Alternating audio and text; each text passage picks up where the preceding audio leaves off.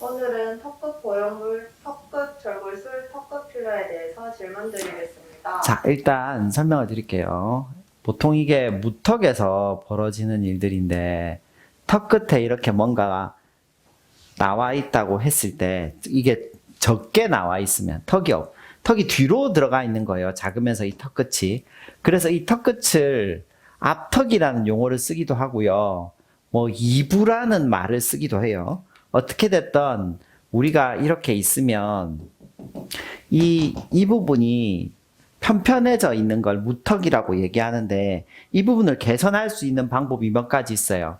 하나는 실리콘 보형물을 이렇게 넣어주는 거고 또 하나는 여기에 뼈가 뒤로 가 있어서 그런 거거든요. 이 뼈를 잘라서 앞으로 가게 하는 거. 그 다음에 또 하나는 이 부분에 필러를 넣어주는 거예요. 가장 간단한 건 뭐냐고 물어보면 필러 쪽이 가장 간단해요. 하지만 필러는 계속 맞아야 되는 단점이 있잖아요. 그 다음에 보형물은 어떠냐면 실리콘 보형물을 주로 넣어주는데 별로 완벽하게 긍정적이지는 않아요. 왜냐하면 이 실리콘 보형물이 비치거나 이물감을 일으키는 경우가 많아요. 제일 많이 빼는 이유는 사실은 이물감인 것 같아요. 선생님 여기 막 이상한 느낌이 나요. 뭐 움직일 때 조금 이상해요. 이래서 보통 빼게 돼요. 근데 그게 직후에 나타나느냐? 그게 아니라 수술 후 몇 년 지나서 빼요. 그래서 성형외과 의사를 오래 하면 나중에 이제 오래된 환자들을 볼 수 있게 되는데 턱끝 보형물 수술을 한 사람은 나중에 생각보다 빼는 경우가 많아요. 그래서 이 턱끝 실리콘 수술을, 보형물 실리콘 수술을 막 영원히 갈 수술이라고 생각하는 거는 아닌 게 좋아요. 근데 단, 내 피부가 여기가 두껍다. 그럼 아무래도 비칠 가능성은 좀 줄어들겠죠. 그리고 나는 감각에서 그렇게 예민한 편이 아니다. 그럼 확실히 이물감이 생길 가능성이 조금 줄어드는 것 같긴 하거든요. 그랬을 때는 실리콘을 할 수도 있어요. 절골술은 뼈를 이렇게 잘라서 옮겨주는 건데, 이론적으로는 가장 좋은 수술이면 틀림이 없어요. 근데 단점 뭐냐? 얘는 전신 마취를 해야 돼요. 수술 자체는 금방 해요. 한 30분이면 할 수 있는 수술이에요. 그런데 전신 마취로 이걸 앞으로 하고 여기에 티타늄 핀을 박는 거니까 이것도 뭐 그렇게 간단하진 않아요. 대신 처음에 들으면 듣기만 하면 환자분들이 대부분 실리콘 보형물을 선택하려고 하거든요. 근데 실리콘 보형물에 생각보다 부작용이 많기 때문에 오래 가는 건 결국은 절골술이라고 생각을 하긴 해요.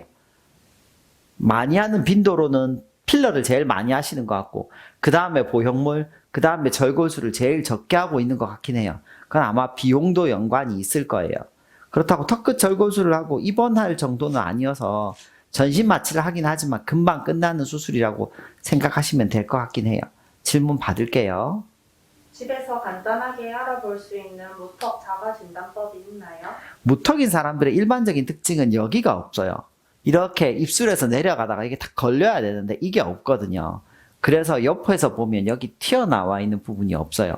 그렇게 생각하시면 될 것 같아요. 자갈턱 보톡스와 턱끝 필러 같이 맞은 뒤 몇 개월 뒤에 보톡스 안 맞으면 찌그러져 보일 수도 있나요? 그런 것 같진 않아요. 자갈턱 보톡스란 게 실제로 나온 지 얼마 안 되기 때문에 그 보톡스가 왜냐하면 깊이가 달라요. 이 자갈턱 보톡스는 이 근육에 작용을 하는 거고 필러는 그보다 한참 더 바깥쪽 피부 쪽 면에 있기 때문에 별로 걱정 안 하셔도 된다고 생각해요. 턱끝 보형물을 제거하고 턱끝 전지술을 하고 싶은데 뼈 침식이 있으면 수술 효과가 떨어지거나 수술 못 받을 수도 있나요? 턱끝 보형물에 사실 가장 논란이 되는 부분은 뼈가 침식된다 또는 침습된다 뭐 이런 말을 쓰는데 뼈가 약간 주변으로 이렇게 파고들어요. 실리콘이 사실은 조금씩은 일어나는데 이게 엄청난 일은 솔직히 아니에요. 그런데 간혹은 어떤 일이 벌어지냐면 이것 때문에 이상 감각, 그러니까 치아로 가는 이상 감각을 일으키는 경우들이 있어요.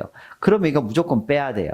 하지만 실리콘을 제거하고 절골술로 뼈를 앞으로 전진한다고 하면 그게 뭐 침습된 양이 그렇게 이 수술에 지장을 줄 정도는 아니라고 생각을 해요.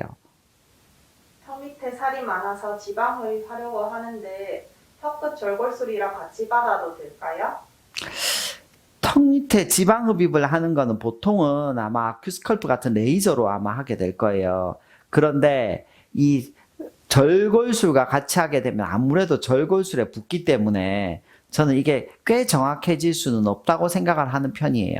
저는 수술에 대해서 안전을 중시하기 때문에 나눌 수 있는 수술은 나눠서 하는 것이 더 안전하지 않나 저는 그렇게 생각하는 편이에요.